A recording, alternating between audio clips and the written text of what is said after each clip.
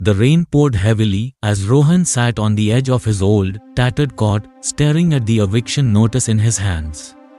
His heart pounded. His small business had failed, debts had piled up, and now he was days away from losing the only home he had left. He clenched his fists. Life had been unfair, cruel even. A knock on the door startled him. It was his elderly neighbor, Mr. Iyer, a retired professor who had always taken an interest in Rohan's struggles. "You look troubled, son," Mr.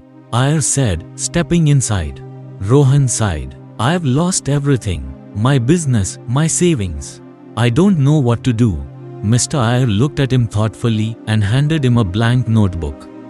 "Write down every negative thought you have, everything holding you back." Confused but desperate, Rohan grabbed a pen. He scribbled down, "I'm a failure. I'm not smart enough. Life is against me. I have no future." When he was done, Mr. Iyer smiled and took the notebook. He tore the page out, crumpled it, and threw it into the diya's flame.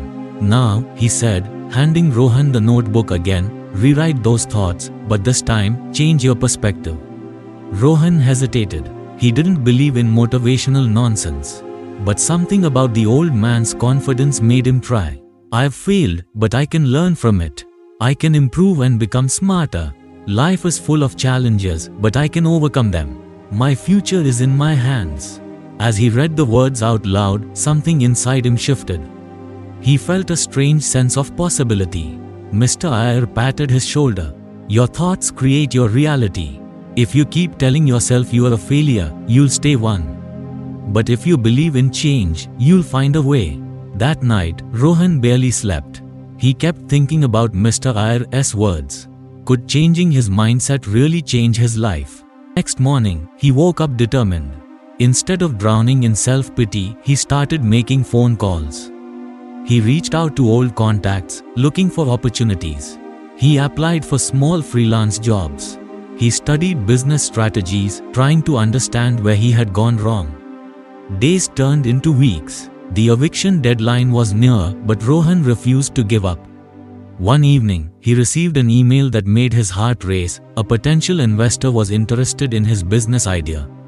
The investor had seen Rohan's old pitch online and wanted to discuss a partnership. When Rohan walked into the meeting, he was nervous. But he kept reminding himself, "I am capable.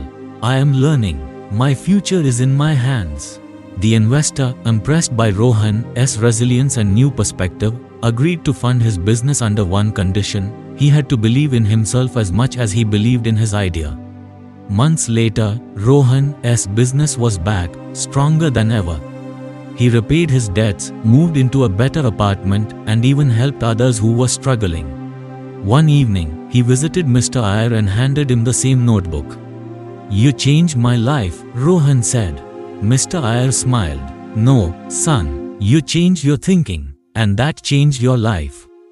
If you found this video helpful, don't forget to like, subscribe and hit that notification bell. Thank you so much for watching this video.